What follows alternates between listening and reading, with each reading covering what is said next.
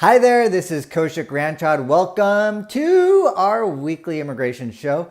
We are going to be continuing our J1 waiver series, talking about another case study.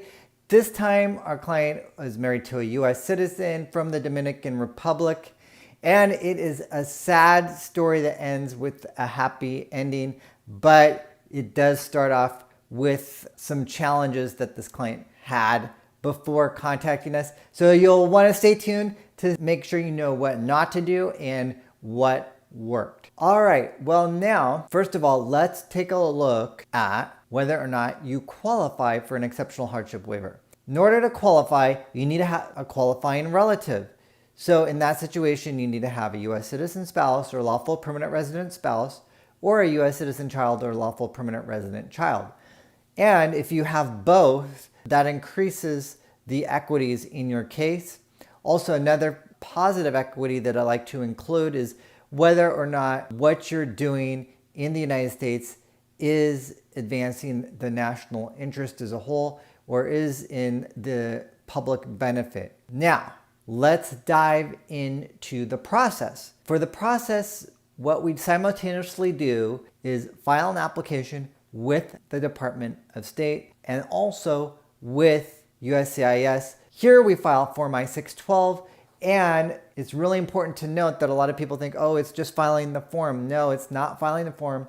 It's also preparing an argument demonstrating that there is exceptional hardship because the government sees mere separation as not exceptional hardship. So you have to demonstrate that. The way that we do that is through a legal brief and making sure that you are providing appropriate documentation that supports your exceptional hardship. And that is basically the crux of your case. Now let's talk about, in this case, how long the case took. On average, as I'm shooting this video in 2022, it's taking about 18 months. And we're seeing for cases where there's US government funding taking up to around 2 years. And that's because sponsor views are requested, and that adds a whole nother layer. We're hoping to see those times come down. USCIS has made an announcement that they do want to decrease processing times. We will see. We'll of course keep you posted, but that's what the lay of the land is now. Let's look at the processing times in this case. And if you haven't already, smash that like button, and you can also post your comments below. In this case, the case was filed October 1st, 2020, and then an RFE was issued February 2021. It's important to note that in this case, we took the case over after an RFE was issued, which I'll explain in this video further down the road. But here, that's what happened. They filed, got an RFE within about 5 months. Here, USCIS transferred the case August 13th, 2021, and then the case was finally approved in March 2022. In this case, you'll see the case took approximately, give or take, around 1.5 years. Now, what's important to note is an RFE was also issued during this case. So that can also, if you have an RFE that's issued, that can also change the processing times as well. Where we're seeing a major delays with the Department of State. They're just taking an extremely long amount of time. We've had to contact AILA at points. We've had to follow up with the Department of State many times with some cases where they're just, for whatever reason, since COVID, have become backed up and are taking an excessive amount of time. And depending upon the situation, we do request for expedite with the Department of State and with USCIS if your case warrants it. All right, now let's talk about the case details. So in many situations, we have two main situations where we're filing J1 exceptional hardship waivers. One, where you're married to a US citizen and we file based on that ground, or you have a US citizen child, and in that situation, you're not married to a US citizen, you just have a US citizen child. And then that way, then after that, you're gonna go ahead and file for the green card or work authorization after that. Now, if you are married to a US citizen, then you can, after the J1 waiver is approved, go ahead and file for the marriage-based green card after the J1 waiver is approved. Now, let's talk about this case. This case, client entered the J1 status, married to a US citizen. They're from the Dominican Republic. Now, they went to a practitioner who unfortunately gave them erroneous advice. The client brought up to the practitioner that they had this J1 issue, that practitioner ignored the advice and went ahead and filed the case anyways. So this just makes me a little upset because of, you'll see what happened. So they went ahead and filed the case. They shouldn't have filed the case. They did not file for a J1 waiver.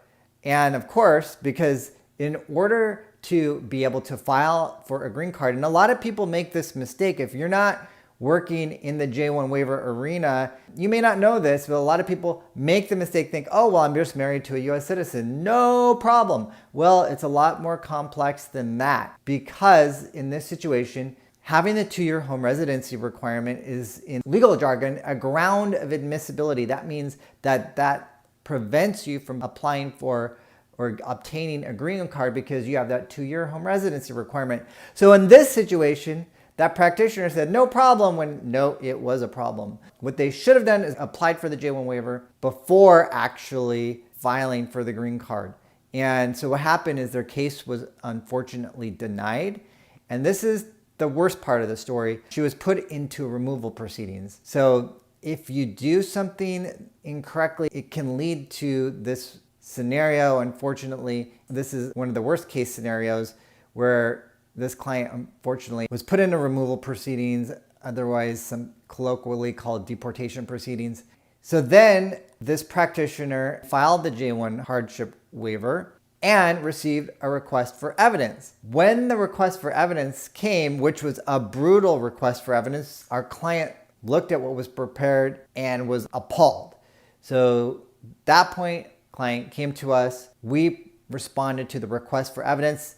And in these types of requests for evidence, a lot of times we have to build the whole case from the ground up to remedy the situation. We refiled the case and it was approved. So that's the great news, is that we were able to get this case approved despite the many errors that were made prior to this situation. Of course, it was stressful for the client. Of course, it ends up costing more money because you're repairing the damage that was done before. So now our client can finally get the marriage-based green card. She had to go through all of those hoops, all of those challenges, but it made it possible. So here there was hardship to the US citizen spouse, and also country conditions play a large role here as well because she's from the Dominican Republic. So talking about the variety of issues that the country conditions pose helped get an approval in this case. So the moral to this story is